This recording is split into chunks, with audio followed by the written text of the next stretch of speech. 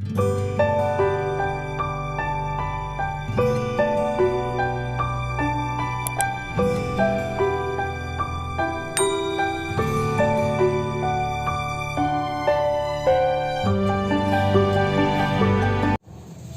Everyone, कैसे आप सब। उम्मीद करता हूँ आप सब स्वस्थ होंगे, खुश होंगे। तो आइए बच्चों, आज मैं विकास फिर उपस्थित हूँ आप सबों के समक्ष क्लास 10वीं का अर्थशास्त्र का चौथा अध्याय वैश्वीकरण और भारतीय अर्थव्यवस्था, उसका महत्वपूर्ण प्रश्न उत्तर लेकर आपके समक्ष प्रस्तुत हुआ हूँ। तो जैसा कि मैं पहले से बताता आ रहा हूँ कि इस बार का जो जैक बोर्ड का परीक्षा है वो उसमें 50 पर मार्क्स जो होगा 1 मार्क्स का होगा। ठीक है, तो आप इसको ही अगर फोकस कर लेते हैं तो आप आसानी से पास कर सकते हैं। और बाकी आप लिखने का प्रैक्टिस करें। आप जो एग्जाम लिखेंगे उसमें आप कॉपी को खाली बिल्कुल नहीं छोड़ेंगे, क्योंकि आप अगर कुछ भी लिखते हैं रिलेटेड टू क्वेश्चन से संबंधित कुछ भी लिखते हैं तो आप के पास होने की उम्मीद बढ़ जाती है। तो आप सबसे पहला चीज ये देखिए कि कॉपी बिल्कुल नहीं खाली छोड़ेंगे और जितने भी ऑब्जेक्टिव्स हैं उसको रट लीजिए, आप आराम से पास करें। जितने बुक में 1 अंक के जितने भी प्रश्न हैं उसको लिख लीजिए। और मैंने कोशिश भी किया है 1 अंक के जितने प्रश्न बुक से हैं वो मैंने यहाँ लिखा, और भी एक्स्ट्रा क्वेश्चन जो है वो भी यहाँ पर है ज्यादातर, लेकिन बुक का मैंने आज लिया है। तो चलिए शुरुआत करते हैं वीडियो की। तो सबसे पहला क्वेश्चन देखिए, इसका जो है मैं समझाता भी चला जाऊंगा और जो जो यहाँ का उत्तर है वो बताता भी जाऊंगा। तो चलिए सबसे पहला क्वेश्चन, तो सबसे पहला क्वेश्चन मुझे जो मिला है आपके बुक में वो है, देशों को जोड़ने से वैश्वीकरण के परिणाम होंगे। वैश्वीकरण क्या है सबसे पहले मैं बता दूं। वैश्वीकरण यानी दुनिया का, विश्व का एकीकरण, पूरे दुनिया का एक हो जाना। जैसे कि हमारा प्रोडक्ट, भारतीय प्रोडक्ट को या भारतीय वस्तु जो भारत में निर्मित होता है, अगर हम उसको विदेश में जाकर बेच पा रहे हैं और विदेश के वस्तु भारत में आकर बेचे जा रहे हैं, तो ये जो व्यवस्था है ये वैश्वीकरण कहलाता है। ठीक है, मतलब पूरे विश्व के बाजार का बड़ा हो जाना। ये बाजार बड़ा हो गया तो ये इसे कहेंगे हम वैश्वीकरण। ठीक है, तो विश्व का एकीकरण समझ लीजिए। तो व्यापार के मामले में होता है, तो इससे क्या फायदा होगा। उत्पादकों के बीच कम प्रतिस्पर्धा होगी। उत्पादक के बीच प्रतिस्पर्धा कम होगी या बढ़ेगी, आप अंदाजा लगा लीजिए। वैश्वीकरण जो पहले भारत में ही था, है ना, अब ये पूरे विश्व में हो गया मान लीजिए। तो भारत के जो व्यापारी थे उसमें अब विदेशी व्यापारी भी घुस गए, तो प्रतिस्पर्धा घटेगा या बढ़ेगा। स्वाभाविक है कि ये बढ़ जाएगा। पहले 5 लोग काम करने वाले थे, अब यहाँ पर 20 लोग काम करने वाले हो जाएंगे, तो प्रतिस्पर्धा बढ़ेगा कि नहीं। प्रतिस्पर्धा मतलब एक दूसरे से मींस आगे बढ़ने की जो होता है उम्मीद कि हम उससे आगे बढ़ेंगे, पूरा जोश आ जाता है कि इसको हराना है। एक दूसरे से प्रतिस्पर्धा इसी को कहते हैं। ठीक है, कि मेरे सामने में अगर कोई और दुकान, मेरा दुकान है, मेरे सामने दूसरा दुकान खुल जाएगा, तो मैं चाहूंगा कि उससे ज्यादा बिक्री मेरा हो, उसके लिए मैं तरह तरह का दिमाग लगाऊंगा, तो मेरे में काम करने का तरीका बढ़ जाएगा, होगा ना। तो यही चीज है प्रतिस्पर्धा। तो प्रतिस्पर्धा क्या होगा, उत्पादकों के बीच प्रतिस्पर्धा बढ़ जाएगी। ठीक है, तो इससे क्या होगा, वैश्वीकरण से प्रतिस्पर्धा बढ़ जाएगी। ठीक है, उत्पादकों के बीच अधिक प्रतिस्पर्धा होगी, इसका उत्तर होगा।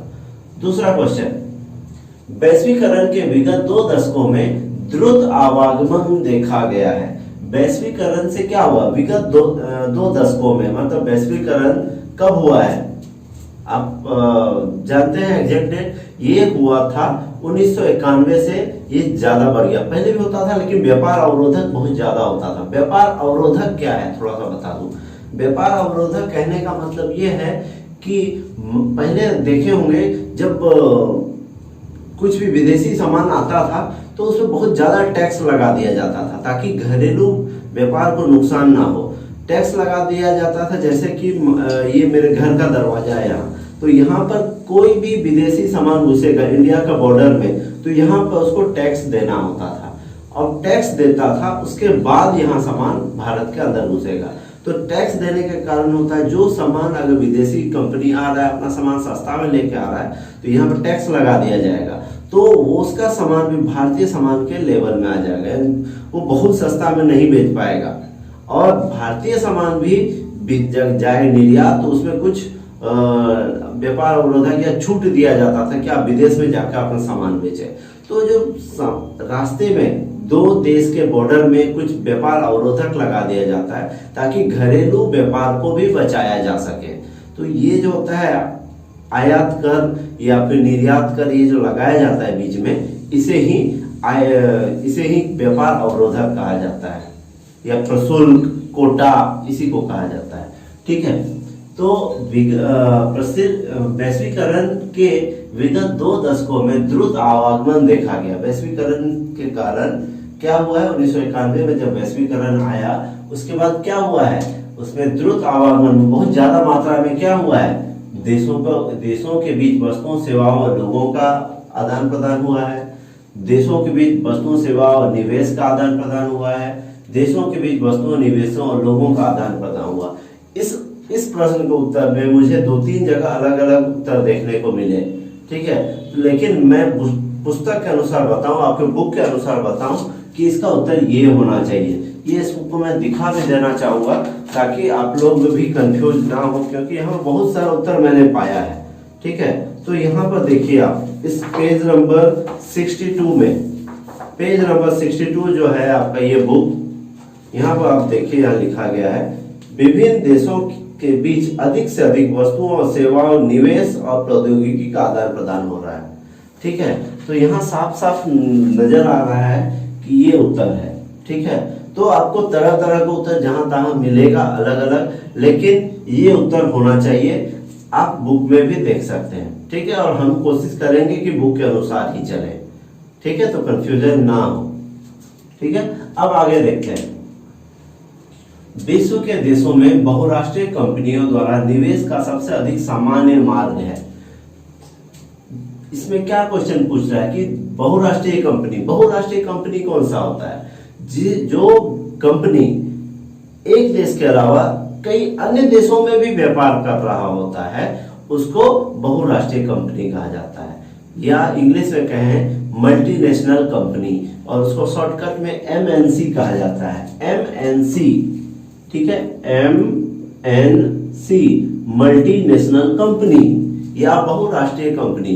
जैसे कि आप देखे होंगे बहुत सारी कंपनी है, जैसे कि हुंडई है ना, टोयोटा, मारुति, ये सब विदेशी कंपनी भी है।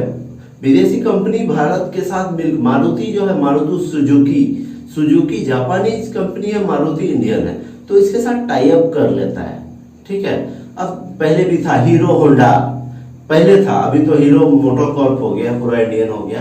तो पहले जैसे हीरो होंडा था जापानीज कंपनी और हीरो था इंडियन कंपनी, दोनों मिलके काम कर रहा था।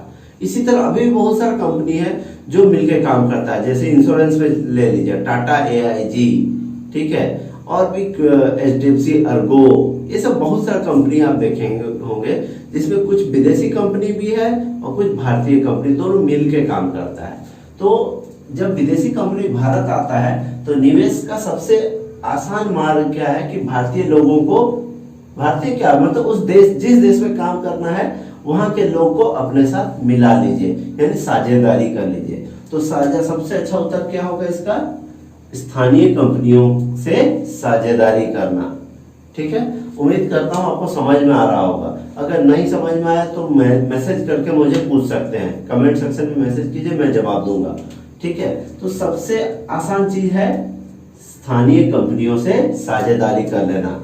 आप ये सोचिए भी ना, अगर आपको कहीं पर किसी नए जगह बिजनेस कर रहा, आप यहाँ पर अपने, जैसे हम लोग झारखंड में काम कर रहे हैं, झारखंड में मेरा बिजनेस है, मैं यहाँ काम कर रहा हूँ, बहुत अच्छा बिजनेस चल रहा है, मुझे बिहार में काम करने जाना है, तो मैं कोशिश करूंगा कि वहाँ के आदमी से मिल लूँ, उसको काम करने दूं और उसके साथ मिल के काम करूँ, वहाँ के लोगों को मिला लूँ, ये काम करूंगा। अगर मैं यहाँ छोड़ के जाता हूँ वहां पर, तो यहाँ का बिजनेस मेरा चौपट हो जाएगा।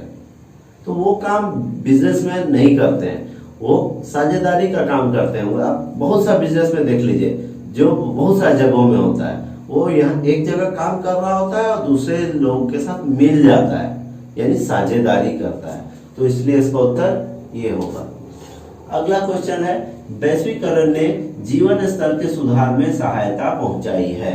ठीक है, तो इसका उत्तर ये भी हो सकता है, ये भी हो सकता है। ऐसे लगता है सभी लोगों के, लेकिन सभी लोगों को फायदा अभी तक नहीं पहुंचा पाया है। वैश्वीकरण से सभी लोगों को फायदा होना चाहिए अगर सिस्टमेटिक किया जाए तो, लेकिन अभी तक नहीं हो पाया। अभी तक ज्यादातर आपको सुविधा जो मिला है वो विकसित लोगों को, अभी ज्यादा विकसित देश के लोग अभी ज्यादा फायदा उठा पाए हैं। तो इसलिए बुक के अनुसार ये उत्तर होगा, लेकिन बहुत जगह आपको ये भी उत्तर मिलेगा सभी लोगों के। मुझे भी यही लग रहा था, लेकिन बुक में अगर मैंने पढ़ा ध्यान से तो उसके अनुसार ये लग रहा है विकसित देशों के लोगों के। तो अगर ऑप्शन में मिले तो ये आप टिक करेंगे। ठीक है, अब देखते हैं रिक्त स्थानों की पूर्ति करें, तो इसमें क्या क्या भरेंगे ये भी आपके बुक में दिया गया है। ठीक है, तो यहाँ देखिए 2 दशक पहले की तुलना में भारतीय खरीदारों के पास वस्तुओं के अधिक विकल्प हैं। ठीक है, 2 दशक पहले की तुलना में भारतीय खरीदारों के पास वस्तुओं के अधिक विकल्प हैं। यह डैश की प्रक्रिया से नजदीक से जुड़ा हुआ है। डैश, अब यहाँ पे क्या भरेंगे, यहाँ पे क्या भरेंगे, यहाँ पर भरेंगे वैश्वीकरण। ठीक है, यहाँ पर भरेंगे हम लोग वैश्वीकरण। वैश्वीकरण, ठीक है, वैश्वीकरण की प्रक्रिया से नजदीक से जुड़ा हुआ है। अनेक दूसरे देशों में उत्पादित वस्तुओं को बाजारों में बेचा जा रहा है। इसका अर्थ है कि अन्य देशों के साथ क्या बढ़ रहा है, व्यापार बढ़ रहा है ना। व्यापार लिखिए या विदेशी व्यापार लिखिए, कुछ भी लिख सकते हैं आप। लिखते हैं विदेशी व्यापार, विदेशी व्यापार, व्यापार में लिखेंगे तो सही उत्तर होगा। इससे भी आगे भारत में बहुराष्ट्रीय कंपनियों द्वारा उत्पादित ब्रांडों की संख्या हम बाजारों में देखते हैं। ब्रांड, सब नया नया ब्रांड देखने को मिल रहा है, उसके कारण बहुराष्ट्रीय कंपनियां भारत में निवेश कर रही है। जो बहुराष्ट्रीय कंपनी वगैरह है, एमएनसी वगैरह भारत में निवेश कर रही है, क्योंकि देश जबकि बाजार उपभोक्ताओं के लिए अधिक विकल्प क्यों निवेश क्यों कर रही है, क्योंकि यहाँ पर अधिक सुविधा मिल रहा है। अधिक सुविधाओं के कारण उचित परिस्थिति मिल रही है। उचित परिस्थिति, उचित परिस्थितियां के कारण, परिस्थिति, उचित परिस्थिति मिल रहा है, उचित परिस्थितियों के कारण ये निवेश कर रहे हैं। ठीक है, जबकि बाजार में उपभोक्ताओं के लिए अधिक विकल्प, इसलिए बढ़ते मांग और उम्मीद। जैसे मांग बढ़ रहा है, जैसे लोगों का मांग बढ़ता है तो लोग उम्मीद भी जगता है कि हाँ काम करेंगे।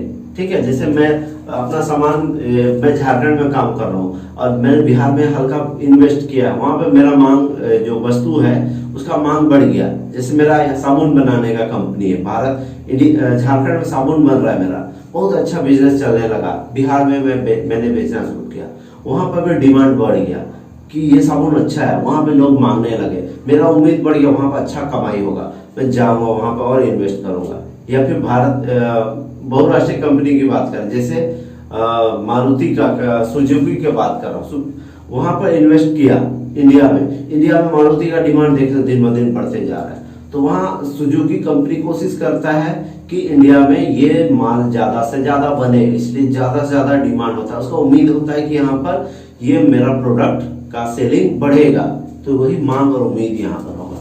बढ़ते हैं क्योंकि मांग और उम्मीद होता है, यहाँ पर मांग और उम्मीद, उम्मीद, ठीक है, मांग और उम्मीदों के कारण। और उम्मीद के प्रभाव का अर्थ है, यहां पर हो जाएगा उम्मीद, उम्मीद, उम्मीदों के प्रभाव लिख देते हैं। उम्मीदों के प्रभाव का अर्थ है उत्पादकों के बीच। उम्मीद अगर बढ़ रहा है और वहां पर काम करने गए तो वहां पर बहुत सारे लोग तो दिमाग लगाएंगे, कहीं पर काम करने गया वहां पर बहुत ज्यादा सेलिंग बढ़ गया है, तो हर कंपनी दिमाग लगाता है कि वहां पे मेरा प्रोडक्ट नीचे, हम सब अपना अपना में कंपटीशन बढ़ जाएगा। तो ये क्या होगा, उत्पादकों के बीच क्या होगा, अधिकतम प्रतिस्पर्धा होगी। ठीक है, प्रतिस्पर्धा होगी, है ना। तो ये हो गया इसका उत्तर, फिल इन द ब्लैंक्स का। अब आते हैं हम लोग, सुमेलित कीजिए, मिलान करना है। तो किसके साथ क्या मिलता है, देखिए, बहुराष्ट्रीय कंपनियां यानी कि एमएनसी छोटे उत्पादकों से सस्ते दरों पर क्या खरीदती है, सस्ते दरों पर क्या खरीदती है।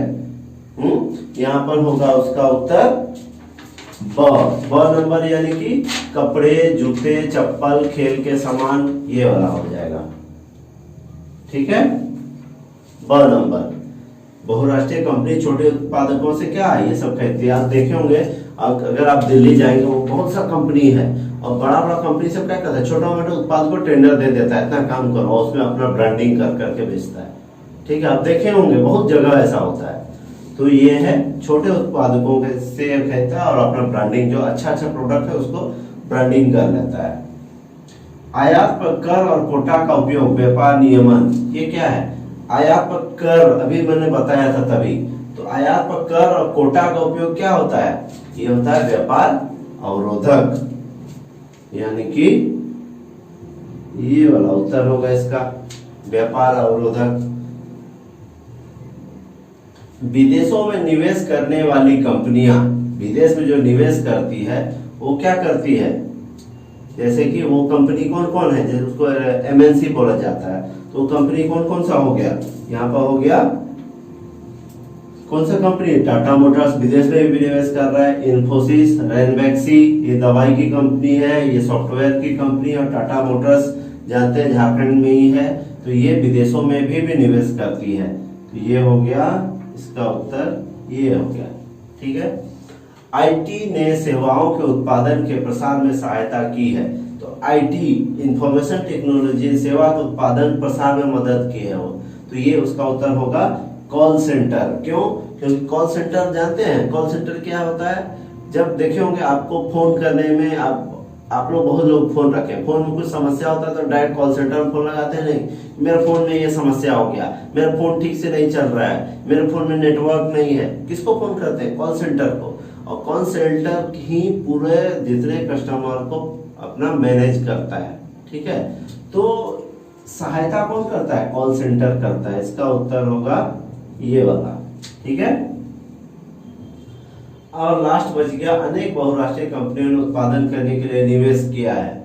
किसमें निवेश किया है, मोटर गाड़ियों, मोटर गाड़ी में देखोगे नया नया कंपनी सब आ गया है, ठीक है।